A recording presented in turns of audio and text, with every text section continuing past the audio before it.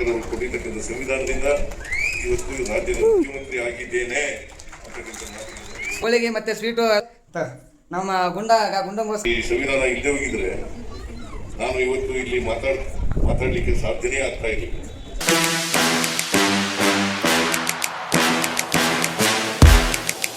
Hi hello ನಮಸ್ಕಾರ, ಎಲ್ಲರೂ ಹೇಗಿದ್ದೀರಾ? ವೆಲ್ಕಮ್ ಬ್ಯಾಕ್ ಟು ಮೌನ ಮಂದಲಿ ಯೂಟ್ಯೂಬ್ ಚಾನಲ್. ಬನ್ನಿ, ಇವತ್ತಿನ ಬ್ಲಾಗ್ ಏನಂತಂದರೆ, ಇವತ್ತಿನ ವಿಶೇಷ ಬಾಬಾ ಸಾಹೇಬ್ ಅಂಬೇಡ್ಕರ್ ಅವರ ಜಯಂತಿ. ಎಲ್ರಿಗೂ ಕೂಡ ಡಾಕ್ಟರ್ ಭೀಮರಾವ್ ಅಂಬೇಡ್ಕರ್ ಅವರ ಜಯಂತಿಯ ಶುಭಾಶಯಗಳು. ಇವಾಗ ವಿಧಾನಸೌಧ ಕಡೆ ಹೋಗ್ತಾ ಇದ್ದೀವಿ. ನಮ್ಮ ಜರ್ನಿ ಬಾಬಾ ಸಾಹೇಬ್ ಅಂಬೇಡ್ಕರ್ ಅವರ ಜಯಂತಿಯ ಆಚರಣೆ ಕಡೆಗೆ ಹೋಗ್ತಾ ಇದೆ. ಬನ್ನಿ, ನೀವು ಕೂಡ ಸೇರಿ ಜೈ ಭೀಮ್. ಇವತ್ತು ನಾವು ಆಚರಿಸುತ್ತಿರುವುದು ಸಾಮಾನ್ಯ ದಿನ ಅಲ್ಲ. ಇದು ಭಾರತದ ಮಹಾನ್ ನಾಯಕ, ಸಂವಿಧಾನ ಶಿಲ್ಪಿ ಡಾಕ್ಟರ್ ಬಿ ಆರ್ ಅಂಬೇಡ್ಕರ್ ಜನ್ಮದಿನ. 1891 ಏಪ್ರಿಲ್ 14ರಂದು ಜನಿಸಿದ ಅಂಬೇಡ್ಕರ್ ಅವರು ಬಾಲ್ಯದಲ್ಲಿ ಅನೇಕ ಕಷ್ಟಗಳನ್ನು ಅನುಭವಿಸಿದರು. ಆದರೆ ಅವರು ಶಿಕ್ಷಣದ ಮೂಲಕ ತಮ್ಮ ಜೀವನವನ್ನು ಬದಲಿಸಿಕೊಂಡರು. ಆದರೂ ಕೇವಲ ಒಬ್ಬ ನಾಯಕ ಅಲ್ಲ, ಒಬ್ಬ ಮಹಾನ್ ಚಿಂತಕ, ಆರ್ಥಿಕ ತಜ್ಞ ಮತ್ತು ಸಮಾಜ ಸುಧಾರಕ. ಅವರ ಜೀವನ ನಮಗೆ ತುಂಬ ದೊಡ್ಡ ಪಾಠವನ್ನು ಕಲಿಸುತ್ತದೆ. ಎಷ್ಟೇ ಕಷ್ಟ ಬಂದರೂ ಶಿಕ್ಷಣ ಮತ್ತು ಪರಿಶ್ರಮದಿಂದ ನಾವು ಜೀವನದಲ್ಲಿ ಏನಾದರೂ ಸಾಧಿಸಬಹುದು ಎನ್ನುವುದಕ್ಕೆ ಅವರ ಜೀವನ ಸಾಕ್ಷಿ. ಇಂದು ಅವರ ಜಯಂತಿಯಂದು ನಾವು ಅವರ ತತ್ವಗಳನ್ನು ನೆನಪಿಸಿಕೊಳ್ಳಬೇಕು. ಸಮಾನತೆ, ಗೌರವ ಮತ್ತು ಮಾನವೀಯತೆ ನಮ್ಮ ಜೀವನದಲ್ಲಿ ಪಾಲಿಸಬೇಕು. ಬಾಬಾ ಸಾಹೇಬ್ ಅಂಬೇಡ್ಕರ್ ಅವರ ಕನಸು ಏನೆಂದರೆ ಒಂದು ಸಮಾನತೆಯ ಸಮಾಜ ನಿರ್ಮಾಣ. ಆ ಕನಸು ನಿಜವಾಗಿಸಲು ನಾವು ಎಲ್ಲರೂ ಕೈ ಜೋಡಿಸಬೇಕಷ್ಟೇ. ಜೈ ಭೀಮ್, ಜೈ ಭೀಮ್, ಜೈ ಭೀಮ್. ಇವತ್ತು ನಾವು ಆಚರಿಸುತ್ತಿರುವುದು ಒಂದು ಜನ್ಮದಿನವಲ್ಲ, ಒಬ್ಬ ಮಹಾನ್ ವ್ಯಕ್ತಿಯ ಕ್ರಾಂತಿಯ ಕಥೆಯ ನೆನಪಿಸಿಕೊಳ್ಳೋದು. ಹೌದು, ನಿಜ ಸ್ನೇಹಿತರೆ. ಮತ್ತಷ್ಟು ಬೆಳಗಲಿ, ಸಾಗಲಿ, ಇವರ ಈ ವಿದ್ಯಾಭ್ಯಾಸ ಮುಂದುವರಿಯಲಿ. ಇದೇ ರೀತಿಯಾಗಿ ಉನ್ನತ ವಿದ್ಯಾಭ್ಯಾಸದಲ್ಲಿ ಮತ್ತಷ್ಟು ಯಶಸ್ಸನ್ನ ಪಡೆಯಲಿ ಅಂತ ನಾವೆಲ್ಲರೂ ಕೂಡ ಆಶಿಸೋಣ. ಸಮಾಜ ಕಲ್ಯಾಣ ಇಲಾಖೆಯವರ ಕಡೆಯಿಂದ ಡಾಕ್ಟರ್ ಬಿ ಆರ್ ಅಂಬೇಡ್ಕರ್ ಪ್ರಶಸ್ತಿಯನ್ನು ಕೊಟ್ಟು ಗೌರವಿಸಲಾಯಿತು. ಅದರಲ್ಲೂ ಕೂಡ ಪ್ರತಿಭಾನ್ವಿತ ವಿದ್ಯಾರ್ಥಿಗಳಿಗೆ, ದ್ವಿತೀಯ ಮತ್ತು ಪ್ರಥಮ ಸ್ಥಾನ ಪಡೆದ ವಿದ್ಯಾರ್ಥಿಗಳಿಗೆ 3 ಲಕ್ಷ ಮತ್ತು 5 ಲಕ್ಷ ಬಹುಮಾನ ಕೊಟ್ಟು ತುಂಬ ಆತ್ಮೀಯವಾಗಿ ಗೌರವಿಸಲಾಯಿತು.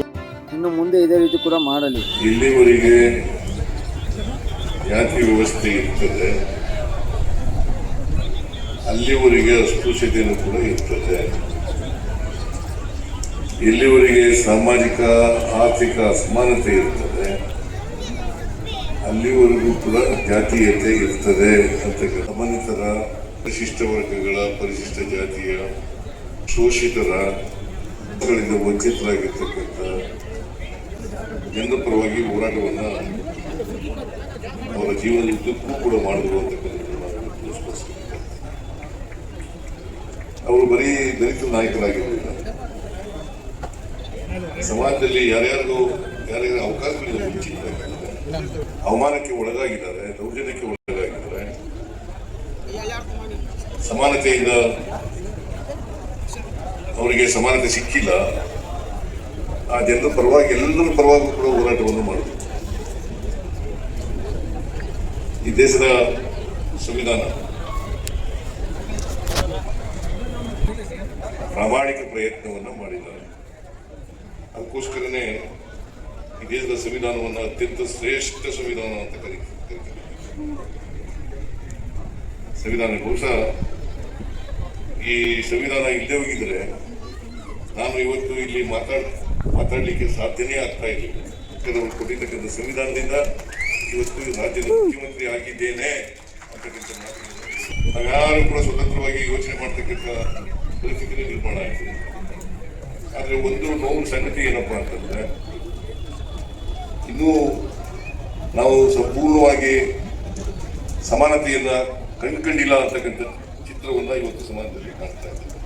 ಅದಕ್ಕೆ ಬಾಬಾ ಸಾಹೇಬ್ ಅಂಬೇಡ್ಕರ್ ಅವರು ಏನು ಹೇಳಿದ್ರು ಅಂತಂದ್ರೆ, 1949 ನವೆಂಬರ್ 25ನೇ ತಾರೀಕು ಕಾನ್ಸ್ಟಿಟ್ಯೂಂಟ್ ಅಸೆಂಬ್ಲಿನಲ್ಲಿ ಕೊನೆ ಭಾಷಣ ಮಾಡಿದ್ದಾರೆ, ಲಾಸ್ಟ್ ಸ್ಪೀಚ್.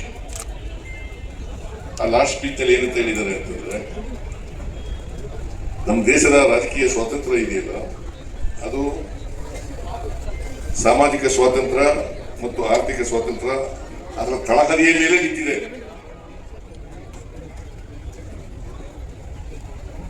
ಅದಕ್ಕೆ ಅವರು ಏನ್ ಹೇಳಿದ್ರು, 1950 50ನೇ ಇಸ್ವಿ ಜನವರಿ 26ನೇ ತಾರೀಕು ನಮ್ಮ ಸಂವಿಧಾನ ಜಾರಿಗೆ ಬರ್ತದೆ. ಇದೇ ಮೊಟ್ಟ ಮೊದಲ ಬಾರಿಗೆ ತುಂಬ ಅಚ್ಚುಕಟ್ಟಾದಂತಹ ಊಟದ ವ್ಯವಸ್ಥೆ ಮಾಡಿದ್ರು ವಿಧಾನಸೌಧ ಹಿಂಭಾಗದಲ್ಲಿ. ಅಲ್ಲಿಗೆ ಹೋಗ್ಬಿಟ್ಟು ನಾವು ಒಳ್ಳೆಯ ಒಂದು ಒಬ್ಬಟ್ಟು ಊಟ ಮಾಡಿಕೊಂಡು ಮತ್ತೆ ಹೊರಟು ಅಲ್ಲಿಂದ. ಅಂತಿಂತ ವಿಧಾನಸೌಧದಿಂದ ಅಂಬೇಡ್ಕರ್ ಅವ್ರ ಜಯಂತಿ ಮುಗಿಸ್ಕೊಂಡು ನೋಡ್ರಿ ಈಗ ಹೋಳಿಗೆ ಮತ್ತೆ ಸ್ವೀಟು ಎಲ್ಲ ಮಿಕ್ಕಿತ್ತು ಒಡೆಯೋದು. ನಮ್ಮ ಗುಂಡಂಗೋಸ್ಕರ ನಮ್ಮ ಮನೆಯವ್ರಿಗೋಸ್ಕರ ನಮ್ಮ ಮಿಸಸ್ಗೋಸ್ಕರ ತಗೊಂಬಂದೆ ಹೋಗಿ. ತುಂಬ ಚೆನ್ನಾಗಿತ್ತು, ವಿಜೃಂಭಣೆ ಆಗಿತ್ತು. ನೀವು ಕೂಡ ವಿಡಿಯೋ ನೋಡಿದ್ರೆ ಅಂತ ಅಂದ್ಕೊಂಡಿದ್ದೀನಿ. ಎಲ್ಲರೂ ಕೂಡ ಮತ್ತೊಮ್ಮೆ ಡಾಕ್ಟರ್ ಭೀಮರಾವ್ ಅಂಬೇಡ್ಕರ್ ಅವರ ಜಯಂತಿಯ ಶುಭಾಶಯಗಳು. ಜೈ ಭೀಮ್, ಒಳ್ಳೆಯದಾಗಲಿ ಎಲ್ರಿಗೂ.